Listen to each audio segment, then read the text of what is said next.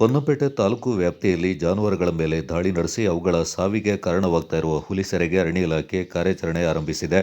ಪೊನ್ನಂಪೇಟೆ ವ್ಯಾಪ್ತಿಯ ಹುದಿಕೇರಿ, ಹರಿಹರ, ಕೊಣಗೇರಿ, ಬೆಳ್ಳೂರು, ಟಿ ಶೆಟ್ಟಿಗೇರಿ ಕಡೆಗಳಲ್ಲಿ ನಿರಂತರವಾಗಿ ಜಾನುವಾರುಗಳ ಮೇಲೆ ಹುಲಿ ದಾಳಿ ಮಾಡ್ತಾ ಗ್ರಾಮಸ್ಥರಲ್ಲಿ ಭಯದ ವಾತಾವರಣ ಸೃಷ್ಟಿಯಾಗಿದೆ. ಈ ಹಿನ್ನೆಲೆ ಅರಣ್ಯ ಇಲಾಖಾಧಿಕಾರಿಗಳು ಬೆಳ್ಳೂರು ಗ್ರಾಮದ ಸರ್ಕಾರಿ ಹಿರಿಯ ಪ್ರಾಥಮಿಕ ಶಾಲೆಯ ಆವರಣದಲ್ಲಿ ವಾಸ್ತವ್ಯ ಹೂಡಿ ಶುಕ್ರವಾರ ಬಳ್ಳೆ ಮತ್ತು ಮತ್ತಿಗೋಡು ಸಾಕಾಣೆ ಶಿಬಿರದ ಮಹೇಂದ್ರ ಮತ್ತು ಭೀಮಾ ಹೆಸರಿನ 2 ಸಾಕಾನೆಗಳ ಸಹಾಯದಿಂದ ಹುಲಿ ಸೆರೆ ಹಿಡಿಯಲು ಕೂಂಬಿಂಗ್ ಕಾರ್ಯಾಚರಣೆ ಪ್ರಾರಂಭಿಸಿದರು. ಕಾರ್ಯಾಚರಣೆಗೂ ಮುನ್ನ ಡಿಸಿಎಫ್ ಜಗನ್ನಾಥ್, ಎಸಿಎಫ್ ಗೋಪಾಲ, ಅರವಳಿಕೆ ತಜ್ಞ ಡಾಕ್ಟರ್ ರಮೇಶ್, ಭೀಮಾ ಆನೆಯ ಮಾವುತ ಗುಂಡಣ್ಣ, ಮಹೇಂದ್ರ ಆನೆಯ ಮಾವುತ ಮಲ್ಲಿಕಾರ್ಜುನ ಅವರು ಬಳ್ಳೆ ಸಾಕಾಣೆ ಶಿಬಿರದ ಮಹೇಂದ್ರ ಹಾಗೂ ಮತ್ತಿಗೋಡು ಸಾಕಾಣೆ ಶಿಬಿರದ ಭೀಮನಿಗೆ ಸಾಂಪ್ರದಾಯಿಕವಾಗಿ ಪೂಜೆ ಸಲ್ಲಿಸಿದರು.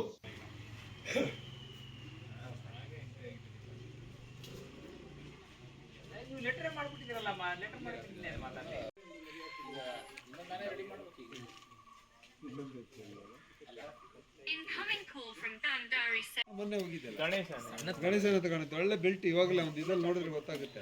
ಟ್ರಂಕ್ ಅಲ್ಲ ಹೌದಾ? ಶ್ರೀರಂಗ ಒಳ್ಳೆ ಚೆನ್ನಾಗಿದ್ದಾನೆ ಅವನು. ದೊಡ್ಡ ಆನೆ ಆಗ್ತಾನೆ ಅಂತ ಏಜ್ ಏನಾಗಿಲ್ಲ ಅವನಿಗೆ.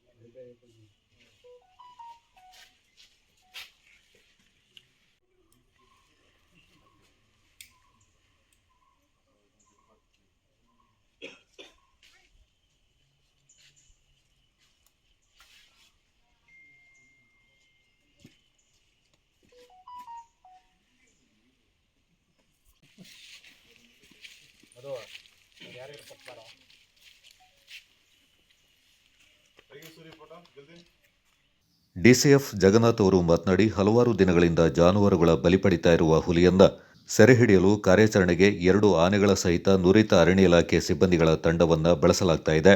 ಪಶು ವೈದ್ಯಾಧಿಕಾರಿ ಡಾಕ್ಟರ್ ರಮೇಶ್ ಹಾಗೂ ಮಾದಪ್ಪ, ಶಾರ್ಪ್ ಶೂಟರ್ ರಂಜನ್ ಸೇರಿದಂತೆ 80 ಮಂದಿಯ ತಂಡ ಕಾರ್ಯಾಚರಣೆಯಲ್ಲಿ ಭಾಗಿಯಾಗಿದ್ದಾರೆಂದು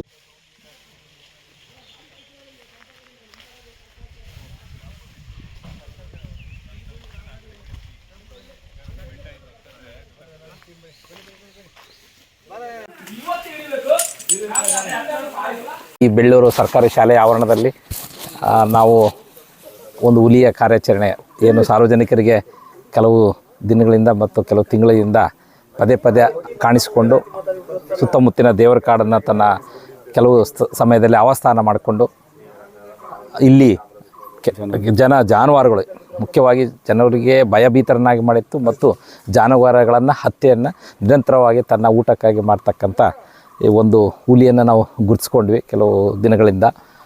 ಹುಲಿಯನ್ನು ಸಹ ನ್ಯಾಷನಲ್ ಟೈಗರ್ ಕನ್ಸರ್ವೇಷನ್ ಅಥಾರಿಟಿ ಅವರಂತೆ ಐಡಿಯನ್ನು ಸಹ ನಾವು ಗುರುತಿಸ್ಕೊಂಡು ಆ ಐಡಿಯ ಪ್ರಕಾರ ಮಾನ್ಯ ಮುಖ್ಯ ವನ್ಯಜೀವಿ ಪರಿಪಾಲಕರು ಕರ್ನಾಟಕ ಸರ್ಕಾರ ಅವರನ್ನು ಕೋರಿಕೊಂಡು ಸದರಿಯವರ ಆದೇಶದ ಮೇರೆಗೆ ಮತ್ತು SOP ಅಂದರೆ ಸ್ಟ್ಯಾಂಡರ್ಡ್ ಆಪರೇಟಿಂಗ್ ಪ್ರೊಸೀಜರ್ನಂತೆ ಈ ಒಂದು ಇಲ್ಲಿ ನಾವೆಲ್ಲ ಸೇರಿಕೊಂಡಿದ್ವಿ.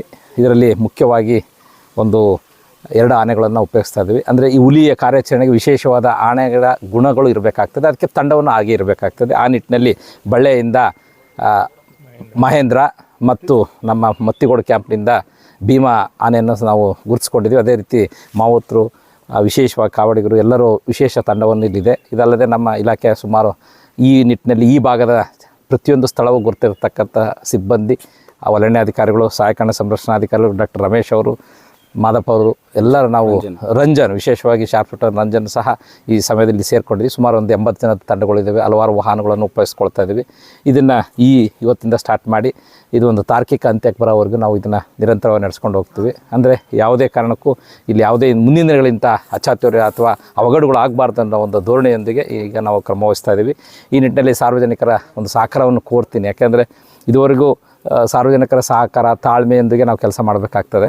ಅವರ ಸಹಕಾರ, ಗುರುತಿಸುವಿಕೆ, ಇರುವಿಕೆಯನ್ನು ಅವರು ನಮಗೆ ಮಾಹಿತಿ ಹಂಚ್ಕೋಬೇಕು. ಮತ್ತು ಅವರು ಸಹ ಈ ಸಮಯದಲ್ಲಿ ಏನು ಕಾರ್ಯಾಚರಣೆಯಲ್ಲಿ ನಮಗೆ ಪೂರಕವಾದ ಆನೆ ಸಪೋಸ್ ಒಂದು ತೋಟಕ್ಕೆ ಹೋಗಬೇಕಾದ ಪರಿಸ್ಥಿತಿ ಬರ್ತದೆ, ಅಂಥ ಸಮಯದಲ್ಲಿ ಸಹಕಾರ ನೀಡಬೇಕಾಗಿ ಕೋರ್ತಾ ಈ ಒಂದು ಭಗವಂತನಲ್ಲಿ ಬೇಡ್ಕೊಳ್ತೀನಿ. ಇದೊಂದು ಬೇಗ ಹುಲಿ ಏನು ಉಪಟಳ ನೀಡ್ತಕ್ಕಂಥ ಹುಲಿ ಹಿಡಿದು ಅದನ್ನು ರೀಲೊಕೇಶನು ಅಥವಾ ರೆಸ್ಕ್ಯೂ ಸೆಂಟರ್ ಆಗಲಿಕ್ಕೆ ನಾವು ಕ್ರಮವನ್ನು ಮುಂದಿನ ವನ್ಯಜೀವಿ ಪರಿಪಾಲಕರ ಆದೇಶದ ಮೇರೆಗೆ ಕ್ರಮ ವಹಿಸ್ತೀವಿ ಅಂತ ಹೇಳಲಿಕ್ಕೆ ನಾನು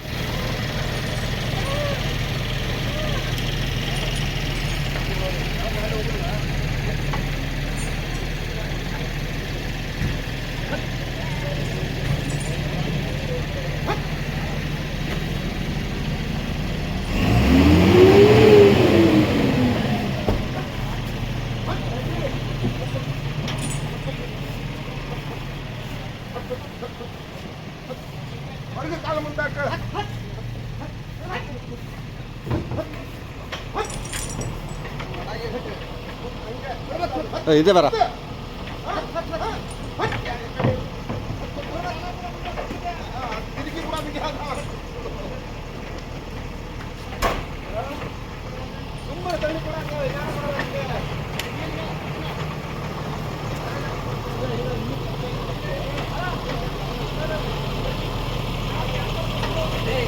ಈ ಸಂದರ್ಭ ತಿತಿಮತಿ ಉಪವಿಭಾಗ ಸಹಾಯಕ ಸಂರಕ್ಷಣಾಧಿಕಾರಿ ಕೆಪಿ ಗೋಪಾಲ್, ಪೊನ್ನಂಪೇಟೆ ವಲಯ ಅರಣ್ಯಾಧಿಕಾರಿ ಬಿಎಂ ಶಂಕರ್, ದುಬಾರೆ ಉಪವಲಯ ಅರಣ್ಯಾಧಿಕಾರಿ ರಂಜನ್, ಮುಖ್ಯ ವನ್ಯಜೀವಿ ಪರಿಪಾಲಕ ಡಾಕ್ಟರ್ ಚೆಕ್ಕೇರ ತಮ್ಮಯ್ಯ ಮತ್ತಿತರ ಪ್ರಮುಖರು ಪಾಲ್ಗೊಂಡಿದ್ದರು. ಕೊಡಗು ಚಾನಲ್ ನ್ಯೂಸ್, ಚಂಪಾ ಗಗನ, ಪೊನ್ನಂಪೇಟೆ.